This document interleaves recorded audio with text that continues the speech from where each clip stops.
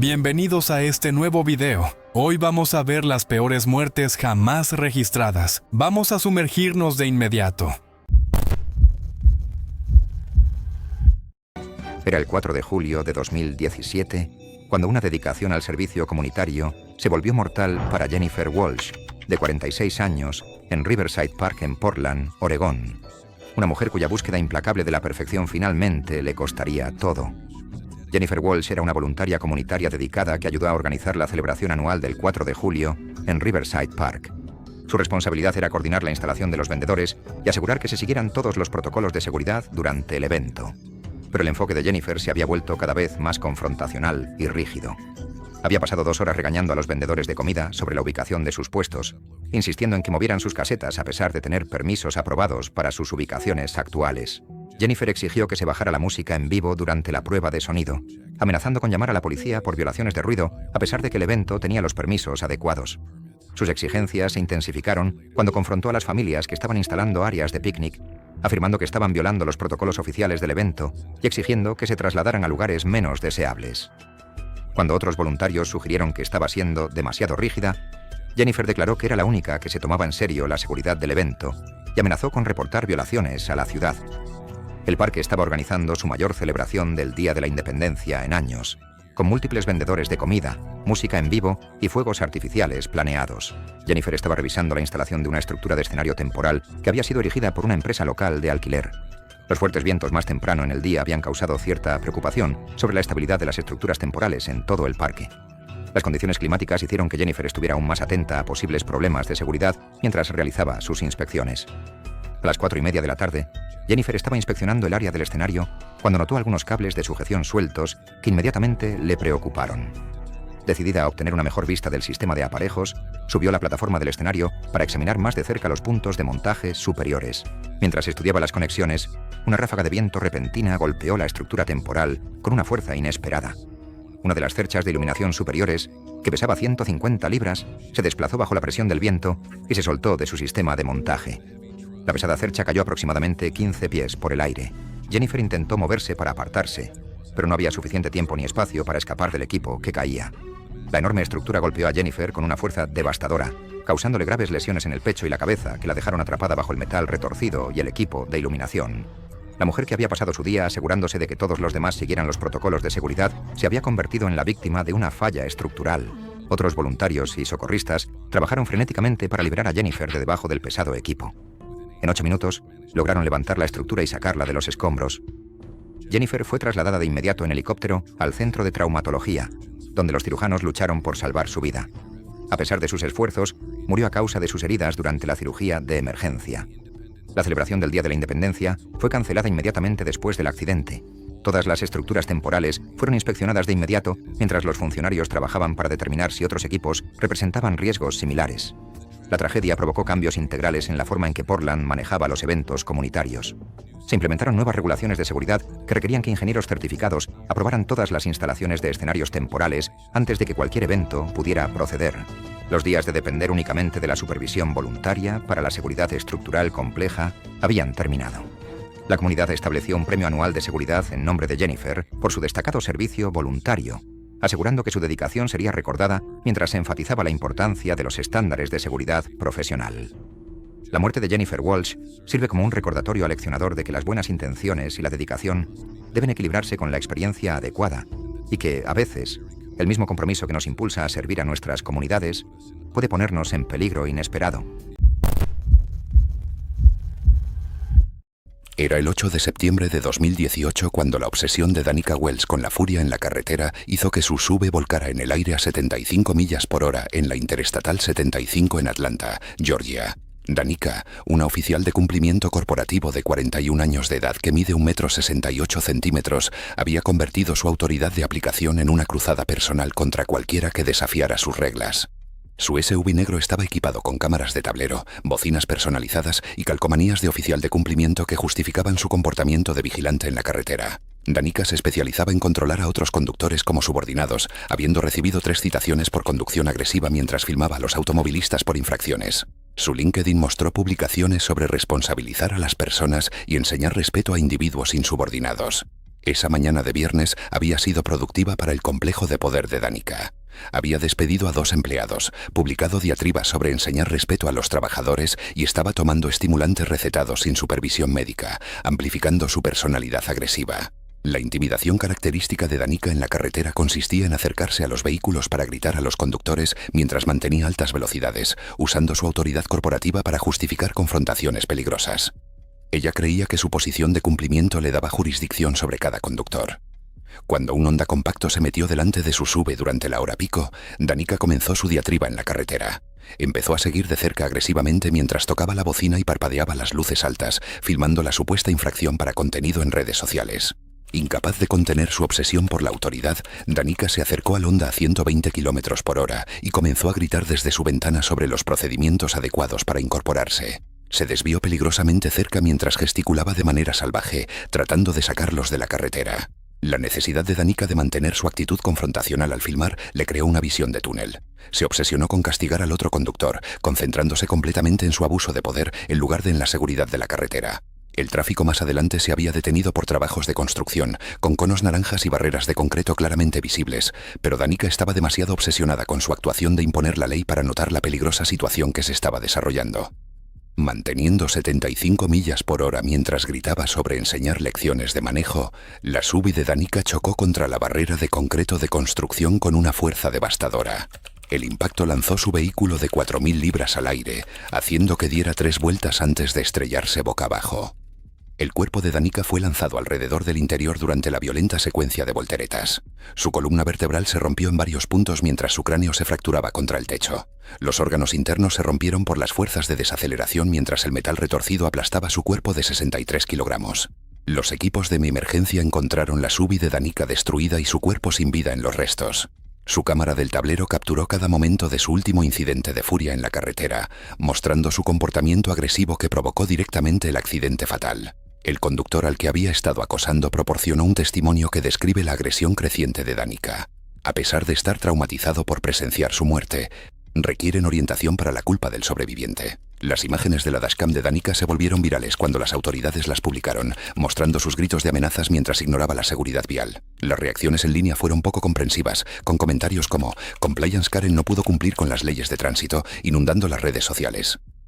Su empleador enfrentó escrutinio cuando salió a la luz el historial de Danica de abusar de la autoridad. La empresa implementó entrenamiento obligatorio de manejo de ira para los oficiales de cumplimiento y reformó las políticas de aplicación. Danica Wells murió tratando de imponer reglas a otros mientras las ignoraba ella misma, demostrando que las barreras de concreto no se preocupan por la autoridad corporativa. Era el 8 de marzo de 2017, en Dallas, Texas. La hora de la cena acababa de comenzar en un asador de gama media, donde el ruido de los platos y la charla de los clientes se mezclaban en un ruido rutinario. La atmósfera parecía poco notable. Sin embargo, en una hora ocurriría un accidente que dejaría a los transeúntes conmocionados, pero no del todo sorprendidos, dada la reputación de la mujer involucrada. Barbara Ellis tenía 46 años y era bien conocida en ese establecimiento por su comportamiento. Trabajaba en un empleo de oficina de bajo nivel cerca, pero su autoimagen era la de alguien que merecía más reconocimiento del que alguna vez recibió. Salir a cenar se había convertido en su escenario, y frecuentemente reprendían a los meseros para reafirmar el control. Su familia mencionó que una vez humilló a un joven camarero hasta hacerlo llorar por un vaso de té helado que, según ella, tenía demasiado hielo. El ambiente del restaurante era sencillo. Las cocinas comerciales son espacios organizados con pisos de baldosas resbaladizas, superficies calientes y freidoras llenas de aceite calentado a casi 350 grados Fahrenheit. El personal está entrenado para moverse en patrones coordinados para evitar colisiones. A los clientes se les prohíbe entrar en estas áreas, no solo por la seguridad alimentaria, sino porque un solo resbalón o paso en falso puede causar lesiones graves. Esa noche había estado sentada por menos de 15 minutos cuando comenzó su agitación. Se quejó en voz alta sobre la rapidez del servicio, a pesar de que su pedido fue tomado dentro del tiempo estándar.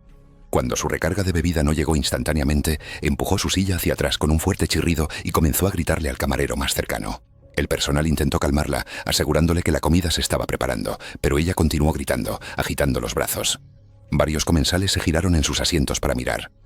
Su arrebato se intensificó cuando se levantó y se dirigió al mostrador de servicio, empujando a una joven anfitriona que le dijo firmemente que los clientes no podían pasar detrás de él. Bárbara se burló y atravesó la puerta batiente hacia la cocina, declarando que lo conseguiría ella misma.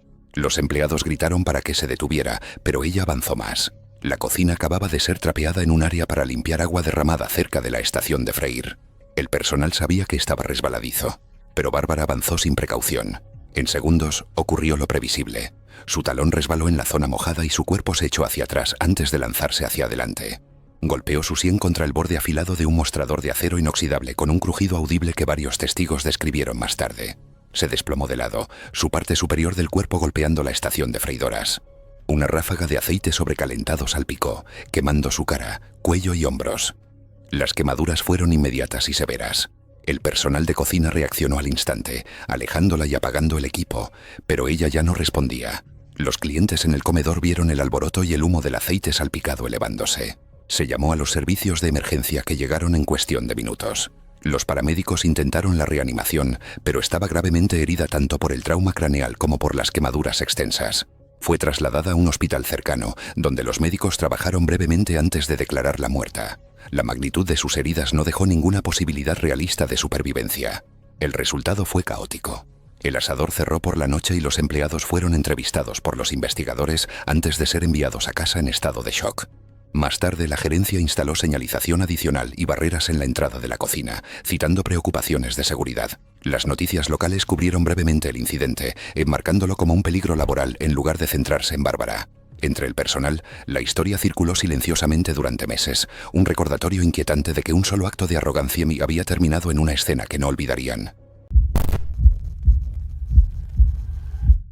Era el 19 de agosto de 2016, cuando un rutinario viaje de compras en Mesa, Arizona, se volvió mortal para Carol Williams, de 49 años, una mujer cuya obsesión con la etiqueta de estacionamiento finalmente le costaría todo.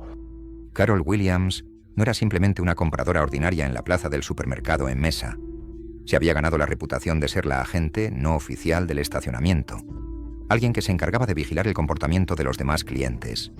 Su misión era simple, pero absorbente: asegurarse de que todos siguieran la etiqueta de estacionamiento adecuada. En ocasiones anteriores, Carol había hecho todo un espectáculo de sí misma. Seguía a los dueños de sub dentro de las tiendas, exigiendo en voz alta que movieran sus vehículos mal estacionados. Una vez bloqueó la entrada de una tienda durante varios minutos, anunciando a los clientes desconcertados que el estacionamiento inconsiderado arruina las compras para todos. Cuando la administración de la tienda intentó intervenir, Carol declaró que estaba realizando un servicio público e incluso amenazó con organizar boicots contra los negocios que no apoyaran su cruzada. Sus métodos eran agresivos y confrontacionales. Exigía que los gerentes de las tiendas anotaran los números de matrícula y prohibieran permanentemente a los propietarios de vehículos infractores en los estacionamientos. Para Carol, esto no se trataba solo de espacios de estacionamiento.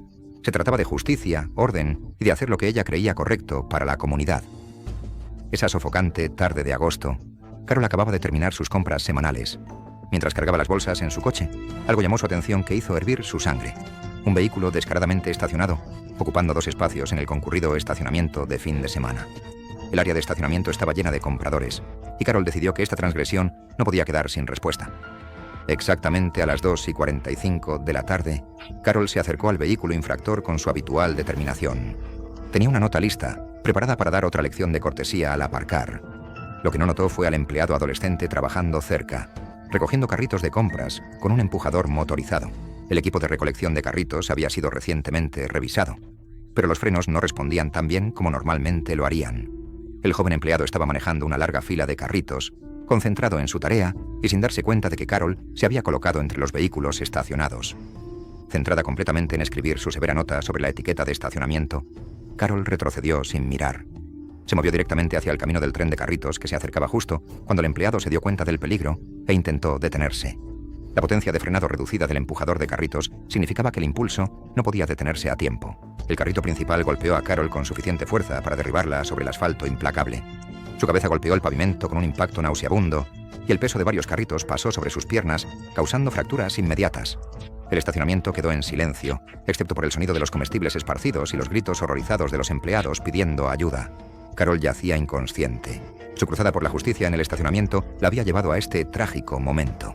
Los servicios de emergencia llegaron dentro de 10 minutos del accidente, sus sirenas cortando el calor de Arizona. Los paramédicos trabajaron frenéticamente para estabilizar a Carol, pero la lesión en la cabeza era grave.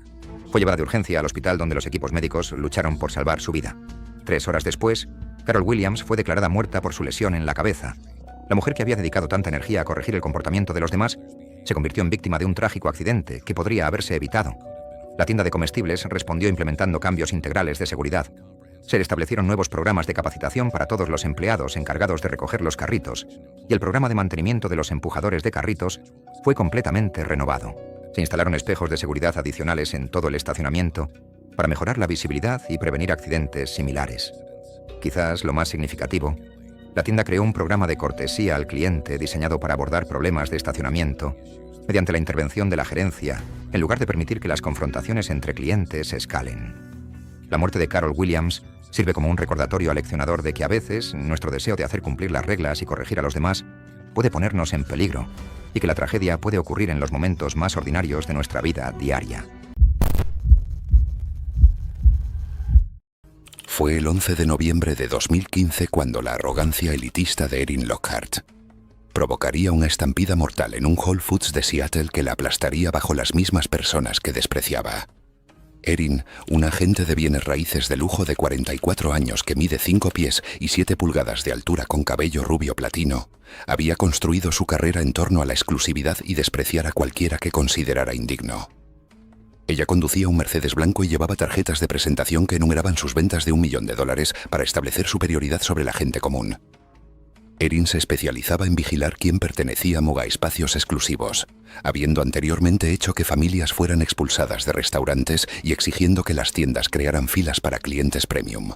Su Instagram mostraba su estilo de vida mientras se burlaba de las personas pobres, acumulando seguidores que alentaban su comportamiento clasista.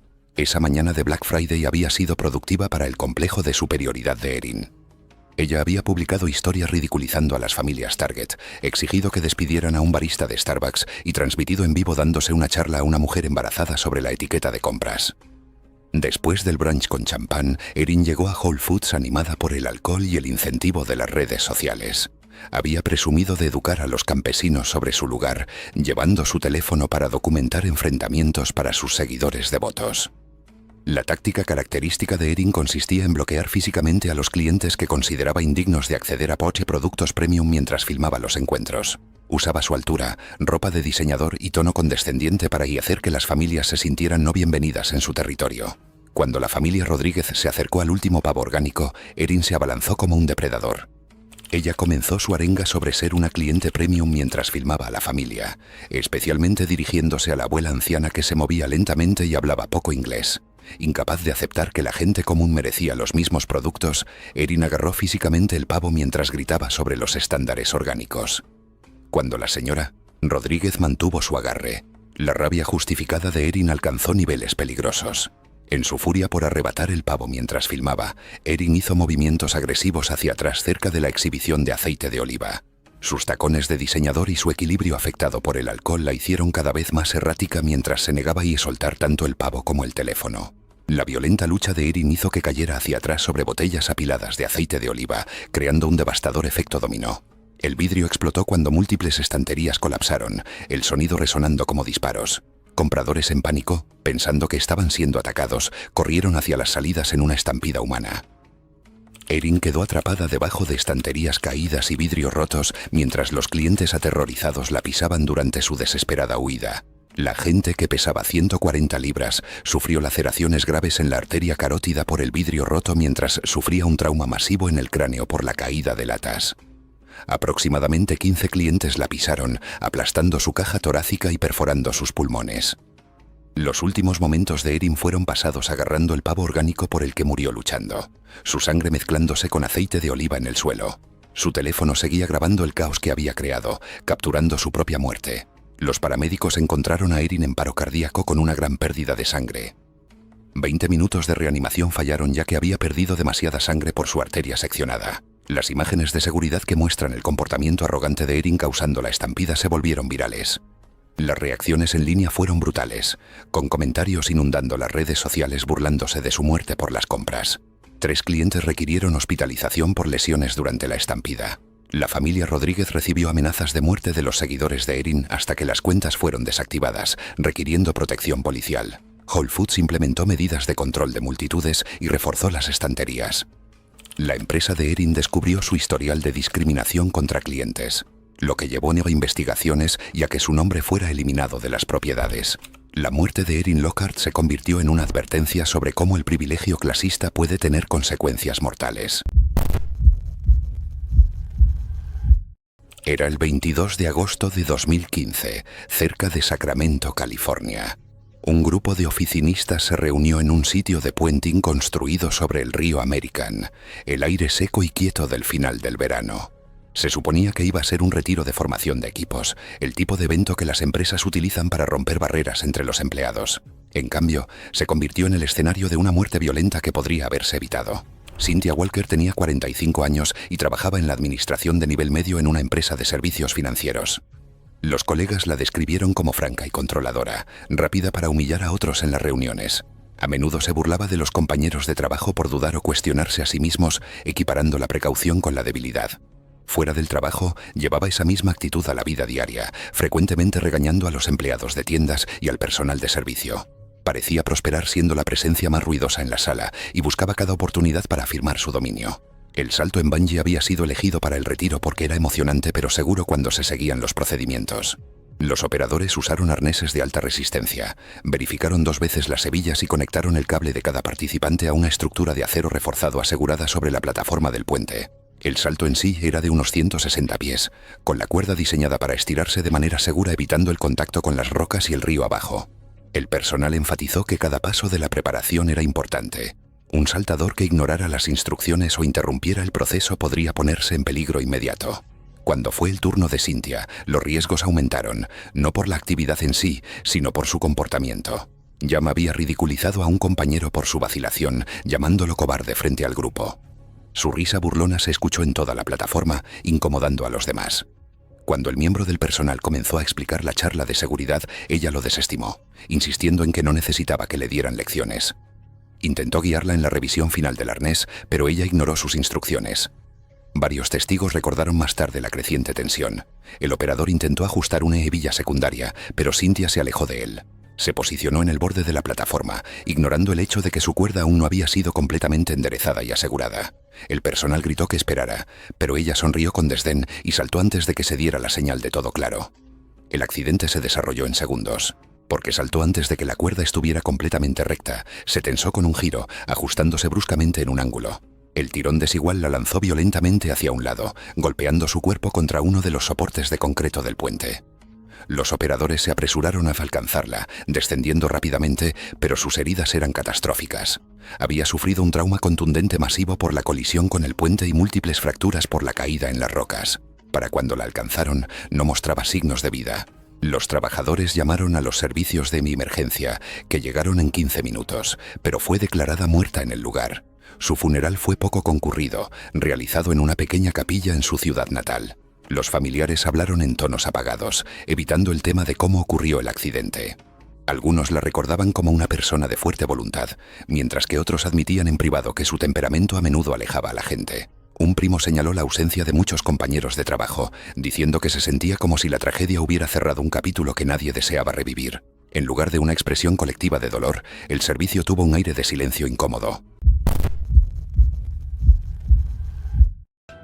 Era el 8 de octubre de 2015, cuando la dedicación de Susan Rodríguez a la educación de sus hijos llevaría a una tragedia impensable en la escuela secundaria Lincoln, en Boise, Idaho. Susan Rodríguez era el tipo de madre que todo administrador escolar temía encontrar. La madre de 43 años había desarrollado una reputación como la quejosa más exigente y teatral de la escuela. Alguien que parecía disfrutar creando drama y haciendo escenas para salirse con la suya. Mientras afirmaba abogar por los estudiantes, su verdadera motivación parecía ser la atención y el sentido de poder que obtenía al intimidar al personal de la escuela y perturbar las operaciones normales.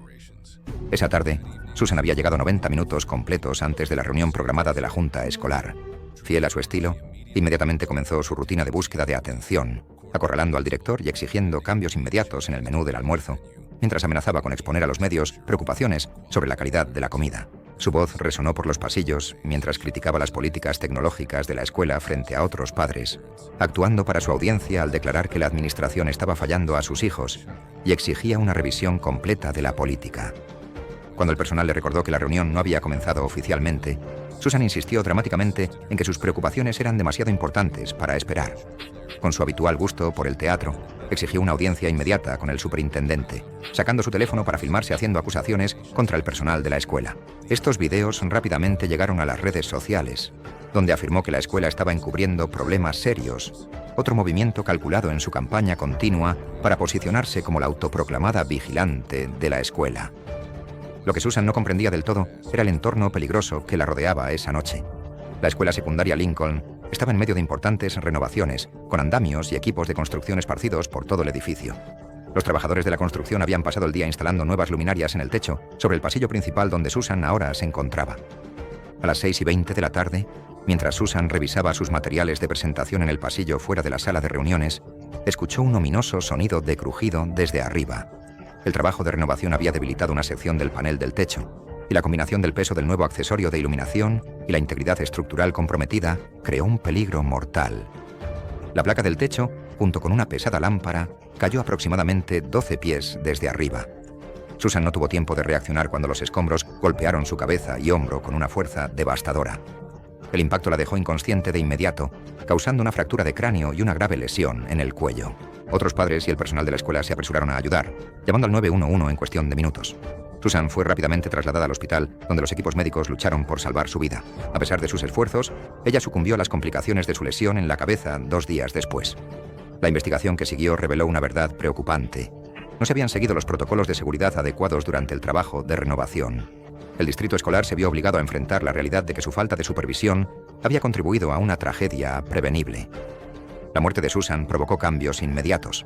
La escuela fue cerrada temporalmente para inspecciones de seguridad exhaustivas, y el distrito implementó nuevos requisitos de seguridad para todo trabajo de construcción en edificios ocupados. Su familia, canalizando su dolor en un propósito, trabajó con el distrito para establecer pautas de seguridad que fueron adoptadas en todo el distrito. La historia de Susan Rodríguez sirve como un recordatorio contundente de que incluso las actividades más rutinarias pueden volverse mortales cuando se ignoran los protocolos de seguridad. Su legado vive en las medidas de seguridad mejoradas que ahora protegen a innumerables padres y estudiantes en todo el distrito. Fue el 3 de agosto de 2018, cuando el derecho corporativo de Gillian Frost la llevaría a su muerte en un estacionamiento de Denver. Gillian, una directora de recursos humanos de 38 años que medía 1,62 m, había pasado su carrera ejerciendo el poder sobre los empleados como un arma. Ella conducía un BMW SUV blanco impecable que usaba para intimidar a cualquiera que considerara por debajo de su estatus social, siempre llevando tarjetas de presentación que enumeraban su título corporativo para establecer dominio sobre los trabajadores de servicio. Esa mañana de martes ya había sido un desastre para Gillian. Después de que le negaran un ascenso al que sentía tener derecho, se embarcó en una maratón de compras para calmar su herido ego. Ya había gritado a un empleado de gasolinera por la velocidad de la bomba, exigido a un gerente de Subway que despidiera a un empleado por la forma de armar los sándwiches y publicado historias en Instagram burlándose de lo que ella llamaba trabajadores incompetentes de salario mínimo. En el estacionamiento de Target, la rabia desmedida de Gillian alcanzó su punto de ebullición. Pasó 20 minutos tocando la bocina de manera agresiva a familias y compradores ancianos mientras los filmaba y a través de su parabrisas. Sus seguidores en las redes sociales disfrutaron de su contenido titulado enseñando etiqueta de estacionamiento a los plebeyos, alentando su comportamiento cada vez más tóxico. Cuando Gillian vio a la familia Martínez cargando comestibles, inmediatamente se detuvo detrás de ellos y comenzó a tocar la bocina. La familia incluía a la abuela María Martínez de 78 años, quien se movía lentamente con su andador debido a la artritis. Esto alimentó la impaciencia de Gillian mientras filmaba y gritaba sobre personas importantes que tienen trabajos a los que llegar. Incapaz de contener su furia corporativa al estilo Karen, Gillian salió de su vehículo como una mujer poseída. Comenzó su rutina característica de intimidación, retrocediendo sobre la barrera de seguridad de concreto para ganar ventaja de altura mientras filmaba y amenazaba con arrestar a toda la familia por obstrucción. La barrera de concreto de 106 centímetros había sido debilitada por trabajos de construcción recientes, aunque parecía sólida. Mientras Gillian gesticulaba de manera exagerada manteniendo su postura confrontativa, la estructura comprometida no pudo soportar sus movimientos agresivos. Su cuerpo de 135 libras, combinado con gestos violentos, hizo que la barrera cediera por completo. Gillian cayó 35 pies de cabeza sobre el asfalto, perdiendo sus tacones de diseñador durante la caída. El impacto fue devastador. Su cráneo se fracturó en varios lugares y su columna se cortó en la vértebra C2. Los restos del cerebro se esparcieron por el pavimento cuando su cuerpo sufrió un paro cardíaco inmediato. La familia Martínez miró horrorizada cómo la mujer que los aterrorizaba segundos antes yacía inmóvil en un charco de sangre creciente. María Martínez, a pesar de ser el objetivo del último discurso de Gillian, llamó al 911 con manos temblorosas. Los paramédicos llegaron en 6 minutos, pero Gillian ya no estaba. Su teléfono, aún en su agarre mortal, contenía el último video de su comportamiento arrogante que causó su muerte, mostrando cómo se subía a la barrera mientras gritaba amenazas antes de capturar su caída fatal. El estacionamiento fue cerrado inmediatamente para una inspección, revelando múltiples violaciones de seguridad. Target enfrentó una multa de $2.300.000 de la OSHA, aunque se redujo cuando los investigadores determinaron que el comportamiento imprudente de Gillian contribuyó significativamente al fallo de la barrera. Las reacciones en línea fueron abrumadoramente antipáticas. Comentarios inundaron las redes sociales con frases como «Literalmente murió enojada por un espacio de estacionamiento» y «La Karen corporativa se enfrenta a la realidad concreta». Su empleador reestructuró discretamente su departamento de recursos humanos después de que se descubriera su historial de acoso laboral durante la investigación. La familia Martínez, traumatizada por presenciar la muerte, recibió asesoramiento y un acuerdo. La abuela María desarrolló una ansiedad severa sobre los espacios públicos, siempre atormentada por ser la última víctima de alguien antes de su fallecimiento. La muerte de Gillian Frost se convirtió en una advertencia, demostrando que la gravedad no se preocupa por tu título corporativo ni por una actitud arrogante. Fue el 11 de junio de 2016 en Denver, Colorado. El parque para perros sin correa estaba lleno de actividad, con perros corriendo por los campos de tierra mientras sus dueños daban órdenes desde la sombra. Bajo la superficie de la escena ordinaria del fin de semana se estaba gestando tensión y al final de la mañana una sola confrontación imprudente dejaría al parque atónito y una vida truncada. Elaine Roberts, de 47 años, era una residente de mucho tiempo en el vecindario.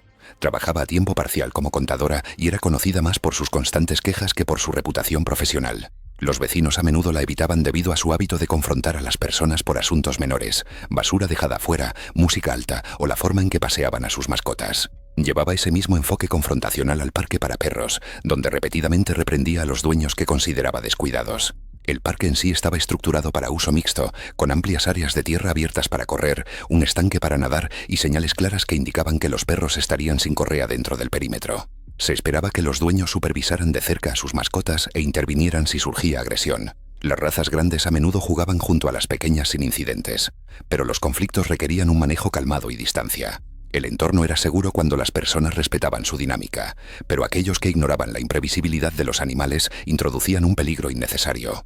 Esa mañana, Elaine llevó a su terrier al parque y rápidamente se irritó cuando un gran pastor alemán corrió cerca de su perro. Testigos dijeron más tarde que el pastor no mostró agresión evidente, pero Elaine interpretó su curiosidad como una amenaza. Ella gritó a través del campo que el perro debería estar con correa, atrayendo atención no deseada. El dueño llamó al pastor de regreso, pero Elaine continuó gritando, agitando los brazos y acusándolo de poner en peligro a otros. Cuando los dueños cercanos le pidieron que se calmara, ella se negó, avanzando y señalando directamente al pastor mientras exigía que lo sacrificaran. Sus movimientos intensificaron la situación. Se inclinó hacia el animal señalándolo con el dedo. El pastor, sorprendido por su repentino movimiento, reaccionó defensivamente. Su dueño agarró el collar, pero antes de que pudiera aplicarse una restricción completa, el perro se lanzó hacia adelante. Elaine extendió su mano en un intento de empujarlo hacia atrás, lo que colocó su antebrazo directamente en línea con sus mandíbulas. El pastor apretó con fuerza, aplastando y desgarrando tejido en un movimiento violento. El parque cayó en el caos. Varias personas se apresuraron, una golpeando al perro con una chaqueta, otra intentando abrir su boca usando una técnica de cuña de emergencia. El pastor fue apartado en segundos, pero el daño fue catastrófico. Elaine cayó hacia atrás sobre la tierra, agarrándose el antebrazo derecho mientras sangre arterial de un rojo brillante salpicaba de la herida. Los testigos describieron el volumen como abrumador, acumulándose rápidamente en el suelo. Varios dueños actuaron rápidamente. Un transeúnte presionó firmemente una toalla contra la herida mientras otro gritaba para que alguien llamara al 911. La toalla se empapó al instante y el rostro de Elaine se puso pálido mientras su cuerpo se desplomaba. Cuando la presión directa no detuvo la hemorragia, un hombre se quitó el cinturón e improvisó un torniquete, apretándolo fuertemente por encima de la herida en su antebrazo superior. Durante varios minutos intentaron mantenerla consciente, pero su respiración se volvió superficial. Los paramédicos llegaron en 8 minutos, reemplazaron el torniquete improvisado con uno de grado médico y comenzaron la resucitación con fluidos. Elaine fue llevada de urgencia a un centro de traumatología, pero la arteria braquial había sido completamente seccionada. A pesar de los intentos quirúrgicos para reparar el daño y las transfusiones masivas, la pérdida de sangre la había llevado a un shock irreversible. Fue declarada muerta a las pocas horas de su llegada. Control de Animales puso al pastor alemán en cuarentena obligatoria, realizándole pruebas de rabia y revisando los testimonios de los testigos. La investigación concluyó que el perro había sido provocado y no era inherentemente peligroso. El animal fue devuelto a su dueño después del periodo de retención. Su funeral se llevó a cabo en privado. Los vecinos reconocieron su reputación combativa, pero expresaron incredulidad de que tal comportamiento pudiera terminar en muerte.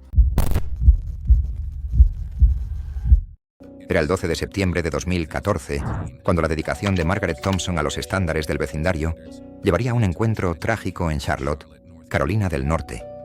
Margaret Thompson, de 55 años, era miembro activo de la asociación de su vecindario en el área residencial Oakwood. Encarnaba al típico vigilante del vecindario, del tipo que medía la altura del césped con reglas, llevaba registros detallados de infracciones menores y creía que su interpretación de las normas comunitarias era la ley absoluta. Margaret poseía un sentido inquebrantable de superioridad, tratando a cada propietario como un posible infractor que necesitaba supervisión constante.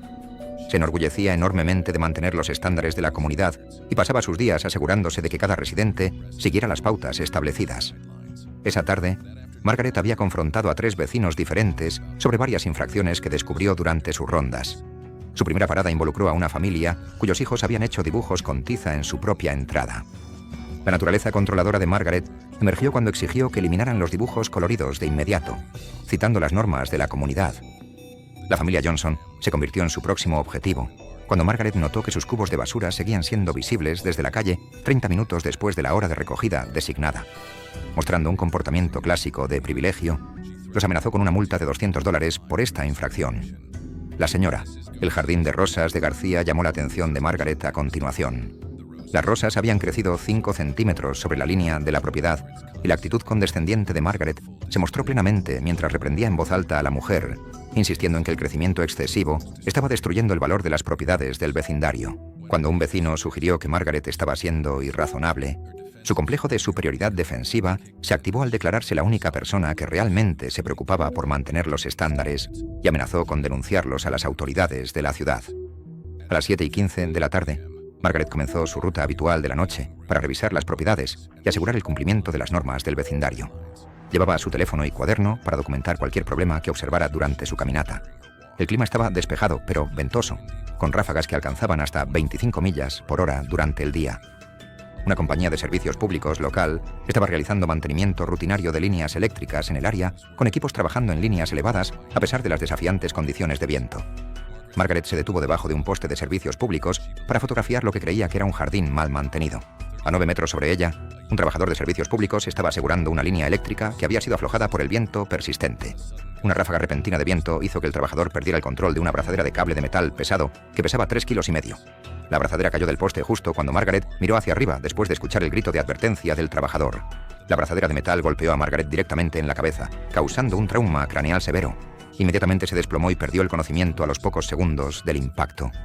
Otros residentes y el equipo de servicios públicos llamaron de inmediato al 911 e intentaron brindar primeros auxilios mientras esperaban a los servicios de emergencia. Margaret fue rápidamente trasladada al hospital, donde los cirujanos realizaron una cirugía de emergencia para tratar su lesión cerebral traumática. A pesar de los esfuerzos del equipo médico, Margaret murió 3 horas después, debido al trauma severo en la cabeza que sufrió en el accidente. La compañía de servicios públicos respondió a la tragedia implementando protocolos de seguridad más estrictos para el trabajo realizado durante condiciones de viento. También mejoraron sus procedimientos de aseguramiento del equipo para prevenir accidentes similares. La asociación de vecinos estableció un jardín conmemorativo en honor a Margaret en el centro comunitario local, reconociendo su dedicación a la comunidad a pesar de las circunstancias de su muerte. Se adoptaron nuevas regulaciones de seguridad que requieren zonas de seguridad a nivel del suelo durante todo el trabajo de servicios públicos aéreos, asegurando una mejor protección para los peatones y residentes en el área. El último día de aplicación de normas de Margaret Thompson en el vecindario terminó en una tragedia inesperada. Su incansable búsqueda de infracciones la colocó finalmente en el camino del peligro que caía. Era el 4 de julio de 2019 cuando la obsesión de Natalia Brooke por el control del vecindario la llevaría a hundirse en el fondo de una piscina en Miami durante lo que debería haber sido una celebración patriótica. Natalia, presidenta de la Asociación de Propietarios de 39 años de edad y con una altura de 5 pies y 3 pulgadas, había transformado su posición en la HOA en una dictadura personal. Conducía un carrito de golf blanco equipado con cámaras y libros de multas, patrullando el vecindario como una comandante militar, imponiendo la ley marcial a las familias suburbanas. El grupo de Facebook de Natalia, Informes de Violaciones, tenía más de 200 miembros que alentaban sus tácticas de vigilancia. Había instalado cámaras de seguridad para vigilar a sus vecinos y era conocida por filmar a los residentes durante momentos privados, publicando videos en línea con críticas sobre el valor de las propiedades. Esa mañana del Día de la Independencia había sido productiva para la agenda autoritaria de Natalia. Ella había emitido citaciones por decoraciones patrióticas excesivas, filmado a familias por violaciones de ruido involucrando a niños jugando, y publicado diatribas en Facebook sobre vecinos desconsiderados que destruyen el valor de la propiedad. Después de consumir vino mientras patrullaba, Natalia vio autos en la fiesta en la piscina de la familia Johnson. Su autoridad impulsada por el alcohol se disparó cuando comenzó a filmar mientras gritaba sobre reuniones no autorizadas e infracciones de estacionamiento. La táctica característica de Natalia consistía en caminar hacia atrás mientras mantenía un contacto visual agresivo durante las confrontaciones, una estrategia de dominación psicológica perfeccionada a lo largo de años de acoso en el vecindario. Este movimiento había intimidado a docenas de residentes hasta someterlos. Llegando a la fiesta de la piscina con ropa de trabajo y su portapapeles, Natalia irrumpió por la puerta gritando sobre reuniones ilegales mientras filmaba a niños y familias aterrorizados tratando de disfrutar de sus vacaciones. Incapaz de contener su complejo de autoridad de la HOA, Natalia comenzó a confrontar a los invitados sobre el estacionamiento. Caminó hacia atrás por el borde de la piscina para mantener su mirada intimidante mientras gritaba sobre dirigir el vecindario y exigir respeto. Para establecer el máximo dominio, Natalia subió al borde de piedra decorativa que rodea la piscina. Las piedras se habían vuelto resbaladizas por el agua salpicada, pero Natalia estaba tan enfocada en su potente actuación que no notó la peligrosa superficie. Mientras Natalia gesticulaba con entusiasmo con su portapapeles mientras caminaba hacia atrás, sus tacones de negocio perdieron tracción en la piedra mojada. Su cuerpo de 130 libras cayó hacia atrás en el fondo de 2,5 metros de profundidad, todavía vistiendo su pesado traje de negocio y zapatos de cuero. La ropa empapada inmediatamente arrastró a Natalia hacia abajo mientras se agitaba frenéticamente. Su portapapeles flotaba a su lado mientras luchaba desesperadamente, incapaz de nadar y lastrada por su disfraz de autoridad que se convirtió en una trampa mortal. Los invitados a la fiesta inicialmente pensaron que Natalia estaba montando otra confrontación dramática. Para cuando se dieron cuenta de que la situación era real, ella había estado bajo el agua durante más de 3 minutos. Natalia sufrió un paro cardíaco inducido por ahogamiento al llenarse sus pulmones con agua de la piscina. Sus momentos finales fueron pasados arañando el agua mientras su portapapeles se hundía a su lado, el símbolo de su tiranía convirtiéndose en evidencia empapada. Los socorristas llegaron en 8 minutos, pero Natalia estaba muerta en el fondo de la piscina. Su cuerpo fue recuperado, aún aferrado a formularios de infracción de la Asociación de Propietarios, los papeles que usaba para aterrorizar a los vecinos ahora disueltos en pulpa ilegible. La reacción de la comunidad fue notablemente insensible, y los vecinos expresaron alivio en privado. La familia Johnson no enfrentó consecuencias ya que la fiesta estaba dentro de las ordenanzas y Natalia había estado invadiendo. La posición de Natalia en la HOA fue disuelta y la asociación vecinal fue reestructurada para prevenir futuros acosos. Su grupo de Facebook fue desactivado después de que los miembros comenzaran a celebrar su muerte. El incidente llevó a reformas estatales en las asociaciones de propietarios que limitan la autoridad de los presidentes. La muerte de Natalia Brooks se convirtió en una advertencia sobre cómo el comportamiento ávido de poder puede literalmente arrastrarte hacia abajo. Era el 14 de mayo de 2018, en Phoenix, Arizona. El calor se aferraba al pavimento fuera de un supermercado suburbano, donde los compradores se movían rápidamente hacia sus autos, protegiendo sus ojos del resplandor de la tarde. En la zona de carga, una escena que comenzó como irritación escalaría a un accidente fatal, uno que dejó a los transeúntes conmocionados pero no sorprendidos, dado el comportamiento de la mujer en su centro. Liz Thompson tenía 52 años, conocida en su vecindario por su temperamento y también por su tamaño. Con más de 200 libras, su cuerpo hacía que sus movimientos fueran más lentos y las caídas más difíciles de recuperar. No era una profesional bajo presión, ni alguien que navegara riesgos complejos. En cambio, su vida diaria giraba en torno a pequeñas diligencias, a menudo marcadas por arrebatos. Los cajeros y empleados la conocían como la clienta que exigía hablar con los gerentes por inconvenientes menores. Los vecinos evitaban su entrada, recordando cómo una vez gritó a un adolescente por empacar las compras demasiado lento. La confrontación se había convertido en su identidad y trataba el conflicto como una forma de afirmar control. Las reglas, señales y cortesías eran simplemente obstáculos que se negaba a reconocer. El entorno técnico ese día era ordinario, pero implacable. Las zonas de carga de los supermercados están diseñadas para que los camiones retrocedan lentamente en espacios designados, guiados por espejos y a veces por observadores. Los conductores dependen de que los peatones se mantengan alejados de estos vehículos grandes, ya que los puntos ciegos hacen que cualquier cosa directamente detrás del camión sea invisible. Incluso a bajas velocidades, un semirremolque que pesa varias toneladas no puede detenerse instantáneamente una vez en movimiento. Liz había estacionado su SUV en la zona de carga, bloqueando el espacio reservado para un camión de reparto programado para llegar. Cuando el conductor tocó la bocina, ella se negó a moverse. Salió, golpeando su carrito contra el costado del camión mientras gritaba insultos. Los testigos la describieron más tarde como con el rostro enrojecido, gesticulando frenéticamente, claramente decidida a escalar en lugar de ceder. El conductor, intentando completar su entrega, movió el camión hacia atrás, hacia el muelle. Los empleados de la tienda gritaron para que Liz se hiciera a un lado, pero ella empujó su carrito más cerca del camino del camión, tratando el lento avance del vehículo como otra oportunidad para demostrar un punto. A estas alturas, el peligro era obvio.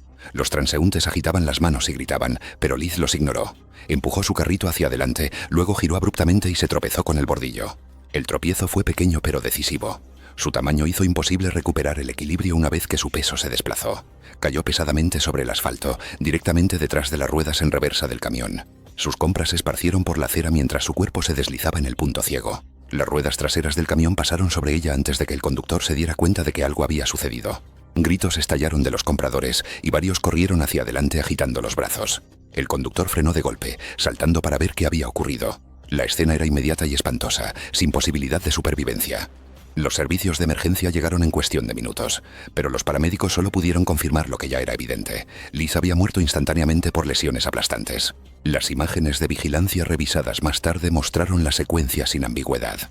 Cada paso, desde que bloqueó la zona hasta el choque del carrito y su caída, fue documentado.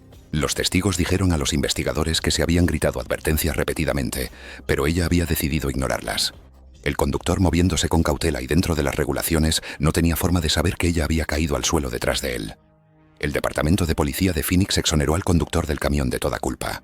Su informe enfatizó que la muerte fue completamente prevenible y resultó de la interferencia de un peatón en un área restringida. Más tarde, la tienda de comestibles instaló señalización y barreras adicionales, aunque el personal admitió que las medidas estaban destinadas más a proteger a los conductores de confrontaciones que a prevenir otro accidente como el de Liz Thompson.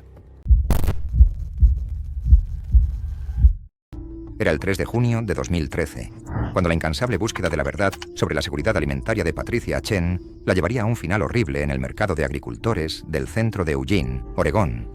Patricia Chen, una bloguera de alimentos de 47 años, había hecho de exponer prácticas cuestionables de los vendedores su misión personal. Conocida por su estilo abrasivo de interrogación y su total desprecio por los límites sociales, Patricia se había ganado la reputación de ser la visitante más temida del mercado. Los vendedores se estremecían cuando la veían acercarse, sabiendo que monopolizaría su tiempo con preguntas agresivas mientras alejaba a los clientes que pagaban. Sus seguidores del blog alababan su dedicación, pero quienes se encontraban con Patricia en persona la encontraban insoportablemente moralista y confrontativa. Trataba cada interacción con los vendedores como una investigación criminal, mostrando cero empatía por los pequeños empresarios que intentaban ganarse la vida.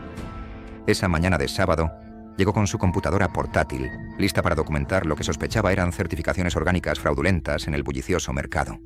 Patricia acorraló a un vendedor de productos orgánicos durante 20 minutos agotadores, cuestionando en voz alta sus credenciales de certificación y exigiendo ver documentación mientras los clientes frustrados formaban una fila creciente detrás de ella. Su voz se escuchó por todo el mercado, mientras anunciaba que estaba exponiendo afirmaciones orgánicas fraudulentas y amenazaba con denunciarlo a las autoridades agrícolas del estado.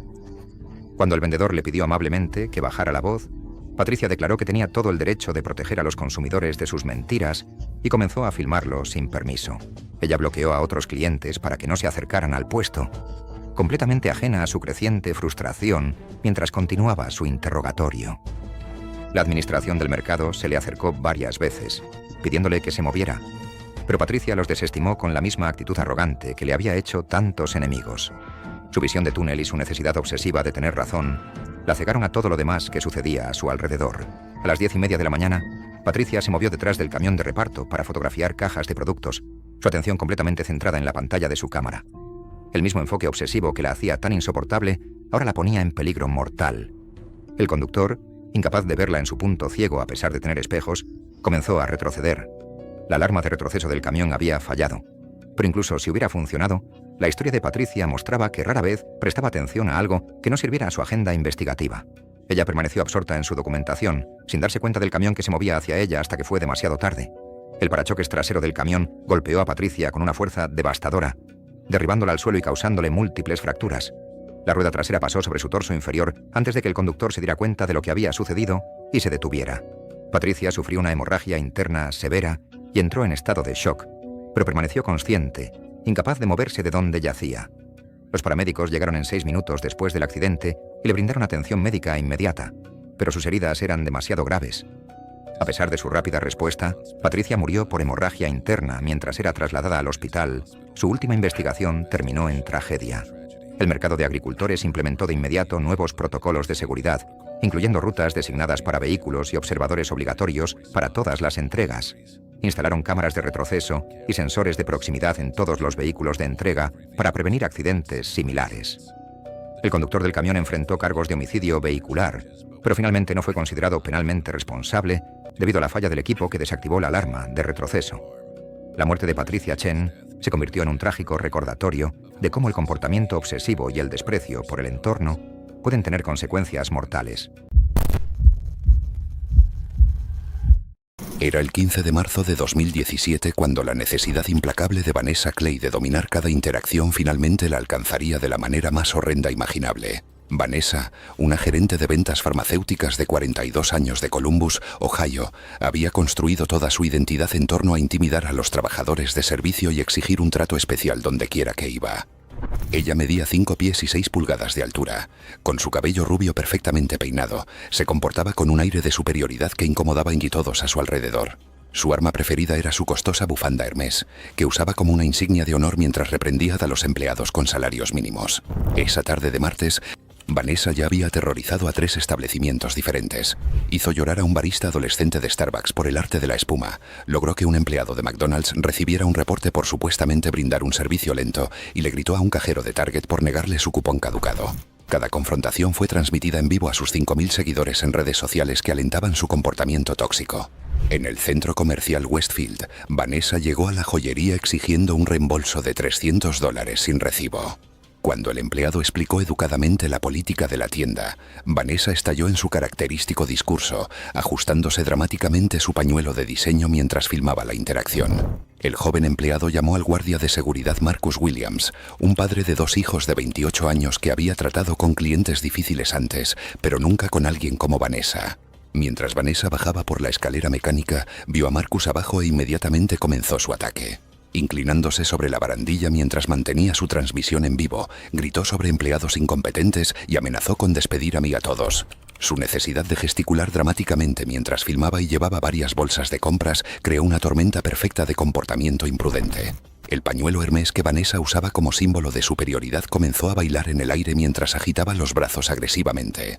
En su visión de túnel impulsada por la rabia, no se dio cuenta de que la tela se deslizaba hacia el mecanismo del panel lateral de la escalera mecánica. La maquinaria en movimiento atrapó el material de seda y comenzó a apretarlo alrededor de su cuello. Durante 45 segundos agonizantes, las cámaras de seguridad captaron a Vanessa arañando desesperadamente la bufanda que ahora la estaba estrangulando. Las mismas manos que había usado momentos antes para señalar acusadoramente a los empleados y ahora luchaban por su vida.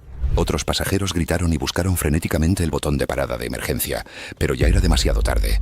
La fuerza mecánica implacable de la escalera eléctrica comprimió las vértebras cervicales de Vanessa mientras obstruía completamente su vía respiratoria. Su cuerpo de 63 kilos se volvió inerte cuando el accesorio de diseñador que había usado para intimidar a otros se convirtió en el instrumento de su muerte. Los respondedores de emergencias llegaron 8 minutos después, pero Vanessa Clay ya se había ido. La ironía no pasó desapercibida para nadie presente. La mujer que había pasado años usando sus símbolos de estatus para aterrorizar a los trabajadores de servicio había sido asesinada por la misma bufanda que llevaba para establecer su dominio. Su última transmisión en vivo, que seguía grabando mientras los paramédicos trabajaban, capturó sus últimas exigencias con derecho antes del fatal accidente. Marcus Williams, el guardia de seguridad a quien ella había estado gritando, necesitó meses de terapia para afrontar haber visto a alguien morir mientras maldecía su nombre. El incidente se volvió viral, pero en lugar de simpatía, millones de espectadores se burlaron del comportamiento arrogante de Vanessa con comentarios como: juega los juegos de Karen, gana premios de Karen. La familia de Vanessa intentó demandar al centro comercial, pero las imágenes de seguridad mostraron claramente que su comportamiento imprudente fue la causa directa del accidente. El caso fue desestimado y Westfield implementó nuevos protocolos de seguridad, incluyendo advertencias sobre ropa suelta y paradas de emergencia adicionales en todas las escaleras mecánicas. La tragedia se convirtió en un cuento de advertencia sobre cómo el derecho tóxico puede tener consecuencias mortales, con el nombre de Vanessa Clay convirtiéndose en sinónimo del karma definitivo para las Karens. Era el 19 de noviembre de 2016, en Chicago, Illinois. Los compradores navideños llenaban el centro comercial, moviéndose entre los pasillos abarrotados mientras las escaleras mecánicas transportaban a la gente entre los niveles. Lo que comenzó como otro sábado de comercio terminaría en un accidente tan repentino y evitable que los testigos lucharon por comprender lo que acababan de ver. Sharon McMillan, de 50 años, era una residente de mucho tiempo de la ciudad que había construido una reputación por ser combativa en público. Trabajaba como procesadora de reclamaciones para una empresa de seguros, donde sus compañeros de trabajo la describían como dominante e impaciente. Fuera del trabajo, sus interacciones eran similares. El personal del centro comercial la conocía como alguien que empujaba los límites, exigiendo descuentos o amenazando con quejas cuando las cosas no salían a su manera. Su personalidad prosperaba en la confrontación, que a menudo escalaba a discusiones a gritos por asuntos triviales. Sus vecinos decían que el riesgo para Sharon no era físico en el sentido tradicional, sino social. Lo utilizaba para ejercer control y humillar a los demás. Esa tarde, Sharon visitó un kiosco para discutir sobre una devolución, alegando que el empleado la estaba retrasando intencionalmente. Testigos relataron más tarde cómo ella reprendió al trabajador, atrayendo la atención de los compradores cercanos. Se alertó a seguridad, pero antes de que llegaran los oficiales, Sharon se fue furiosa, murmurando insultos mientras se abría paso entre la multitud. Su frustración no había disminuido y estaba visiblemente alterada cuando se acercó a la escalera mecánica más cercana. Las escaleras mecánicas están diseñadas para mover a miles de personas por día sin problemas, siempre que los usuarios sigan las reglas publicadas. Barandillas, placas de peine y señales superiores son medidas de seguridad estándar. Aún así, ocurren accidentes cuando las personas ignoran la estabilidad requerida en una escalera en movimiento. Sharon, despectiva de tales advertencias, trató el centro comercial como otro escenario para imponerse, sin darse cuenta de lo rápido que sus acciones podrían traducirse en peligro físico. El área estaba llena de compradores con bolsas. Varias personas instaron a tener precaución mientras el flujo de tráfico se estrechaba hacia la entrada de la escalera mecánica. Sharon los ignoró, empujando a una pareja joven y abriéndose paso a codazos hacia los escalones en movimiento. En ese momento, otro comprador la empujó. Sharon, ya inclinada agresivamente hacia adelante, perdió el equilibrio. La caída se desarrolló en segundos. Se volcó sobre el delgado pasamanos de metal, sus brazos agitándose mientras gritos de sorpresa resonaban desde abajo. Los compradores extendieron la mano instintivamente, pero nadie estaba lo suficientemente cerca para agarrarla. Cayó casi 2 pisos, su cuerpo golpeando un saliente más bajo antes de aterrizar de cabeza en el suelo de baldosas. El impacto fue fuerte, descrito por los testigos como un ruido sordo espeluznante. Bolsas de compras destrozadas y niños atónitos añadieron al caos mientras la gente se alejaba apresuradamente de la escena. Otros llamaron al 911. Los oficiales de seguridad llegaron en cuestión de momentos, encontrando a Sharon inmóvil. La sangre se acumulaba rápidamente debajo de su cabeza y su pecho no mostraba movimiento. Los intentos de reanimación cardiopulmonar fueron inútiles, sus heridas eran demasiado graves. Los socorristas médicos confirmaron su muerte minutos después, con un trauma craneal catastrófico como la causa. En las horas posteriores a la caída, el centro comercial cerró parcialmente mientras los compradores conmocionados abandonaban sus compras y se iban en silencio. Los padres apresuraron a los niños más allá del área acordonada y los empleados cercanos admitieron que el sonido de su cuerpo golpeando el suelo se quedó con ellos. Incluso un cajero renunció días después, incapaz de enfrentarse a las escaleras mecánicas de nuevo. Sin declaraciones oficiales, el recuerdo se difundió a través de relatos personales con testigos diciendo que ruidos ordinarios, bolsas que crujían, voces, el zumbido de las escaleras mecánicas desencadenaban recuerdos, dejando al centro comercial permanentemente marcado por la imagen de una mujer cuya imprudencia finalmente la alcanzó. Era el 15 de marzo de 2012 y Linda Morrison estaba haciendo lo que mejor sabía hacer miserables a los trabajadores minoristas. La gerente de la tienda departamental de 52 años acababa de pasar 45 minutos destrozando a una cajera adolescente por una devolución de $12 en el Westfield Shopping Center en Riverside, California. El comportamiento de Linda esa noche era un ejemplo clásico de derecho. Había reprendido al joven empleado sin descanso, exigiendo hablar con la sede corporativa y amenazando con arruinar la reputación de la tienda en línea por una disputa trivial de políticas. Su voz se escuchaba por toda la tienda mientras proclamaba en voz alta a otros clientes que esperaban que el servicio al cliente estaba muerto y que el personal era completamente incompetente. No había terminado allí. Linda exigió que el gerente de la tienda proporcionara documentación por escrito de lo que ella llamó violaciones de políticas. E insistió en obtener la información de contacto de la empresa para poder presentar quejas ante la Oficina de Buenas Prácticas Comerciales. Su experiencia de más de una década como gerente de ventas al por menor le había enseñado exactamente qué botones presionar para hacer que los trabajadores con salario mínimo se sintieran incómodos. Después de su agotador día de trabajo de 10 horas, esta confrontación fue solo otro martes para Linda, quien era conocida por sus estándares increíblemente altos y su tolerancia cero a cualquier cosa, menos que la perfección de los trabajadores de servicio. Mientras Linda se apresuraba por el centro comercial a las 6:45 de la tarde, estaba cargada con múltiples bolsas de compras y su bolso de gran tamaño, usando zapatos nuevos con suela de cuero que había comprado esa mañana. Ya llegaba tarde para encontrarse con su esposo para cenar, lo que aumentaba su nivel de estrés ya elevado. La escalera mecánica ascendente a la que se acercaba había estado haciendo ruidos preocupantes durante 2 semanas. Las solicitudes de mantenimiento quedaron sin atender debido a restricciones presupuestarias, un detalle que resultaría crucial más tarde. Distraída por un mensaje de texto de su esposo sobre los planes para cenar, Linda subió al escalón mecánico sin prestar atención. Sus suelas de cuero liso no encontraron agarre en los escalones de metal recién limpiados y aún húmedos. Cerca de la cima, la física tomó el control. Sus pies resbalaron completamente en la superficie mojada, y mientras se agarraba desesperadamente al pasamanos, sus bolsas pesadas desplazaron su centro de gravedad hacia atrás. El impulso se volvió imparable. La cabeza de Linda golpeó el borde afilado de un escalón de la escalera mecánica con una fuerza devastadora, causando un trauma severo que la dejó inconsciente al instante. Su bufanda suelta se enredó en el mecanismo de la escalera mecánica mientras los compradores, en pánico, se apresuraban a ayudar. La parada de emergencia se activó en menos de 30 segundos, pero Linda ya había sufrido un trauma craneal fatal por el impacto inicial. Los servicios de emergencia llegaron en 8 minutos, pero fue declarada muerta en el lugar debido a una lesión cerebral traumática. El centro comercial cerró inmediatamente todas las escaleras mecánicas para inspecciones de seguridad e instaló señales de advertencia adicionales. La investigación reveló que la escalera mecánica cumplía con los estándares de seguridad, pero recomendó horarios de mantenimiento más frecuentes. El incidente sirve como un recordatorio contundente de que la vida puede cambiar en un instante, sin importar cuánto control pensemos que tenemos sobre nuestras circunstancias. Era el 22 de junio de 2016, cuando la obsesión de Whitney Collins con la autoridad y la fama viral la llevaría a la muerte en un autoservicio de McDonald's en Phoenix. Whitney, una subdirectora de escuela secundaria de 35 años que mide 1,65 metros, había construido su identidad en torno a ejercer poder sobre adolescentes y trabajadores de servicios. Su Honda Civic rojo estaba equipado con soportes para teléfonos para filmar confrontaciones y llevaba credenciales laminadas para intimidar a cualquiera que cuestionara su autoridad. Whitney LaVice. La cuenta de TikTok de la directora Karen contaba con 8.000 seguidores que consumían su contenido diario de criticar a los trabajadores de comida rápida y empleados de tiendas. Había perfeccionado el uso de su posición educativa como un arma, recordando constantemente a la gente que lidiaba con adolescentes mentirosos y conocía la insubordinación. Esa mañana de martes había sido productiva para la creación de contenido de Whitney. Había suspendido a 3 estudiantes por problemas de actitud, se filmó a sí misma gritando a un padre que cuestionaba sus métodos y publicó sobre enseñar respeto a la próxima generación y a sus padres permisivos. Whitney era infame en la ubicación de este local de hamburguesas, habiendo hecho que despidieran a 2 empleados adolescentes anteriormente al filmarlos y exigir acción corporativa. Su movimiento característico consistía en salir de su vehículo durante las disputas en el autoservicio para intimidar a los jóvenes trabajadores mientras transmitía en vivo.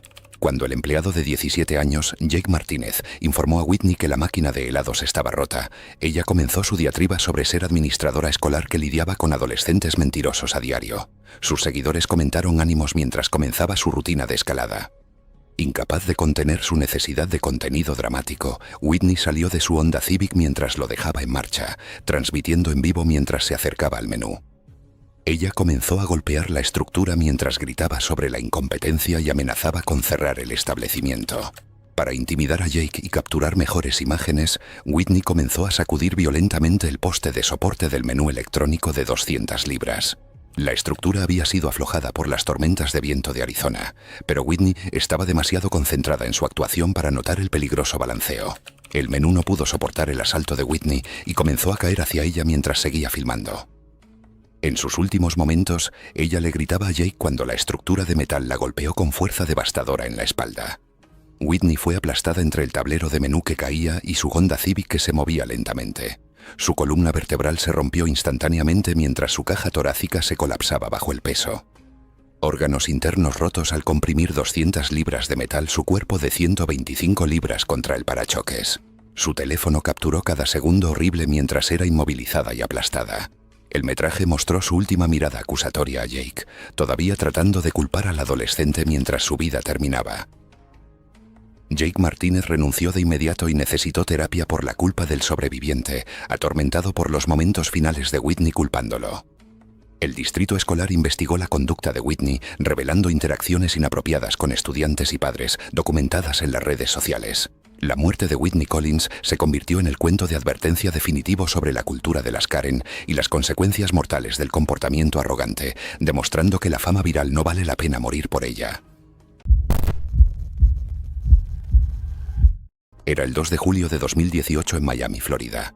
El área de la piscina del condominio estaba llena de familias. Los niños chapoteaban en la parte poco profunda mientras los padres charlaban desde las tumbonas.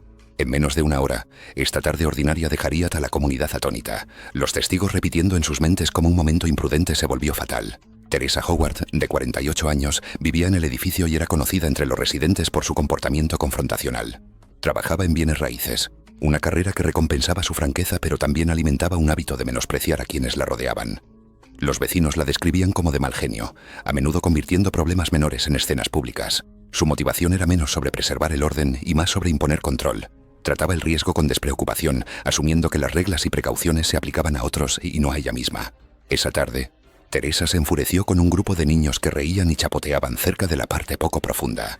Acusó a su madre de permitirles interrumpir la piscina y lanzó una fuerte diatriba. La piscina del condominio se mantenía según el código con salvavidas de guardia, reglas publicadas y una superficie antideslizante alrededor de la cubierta.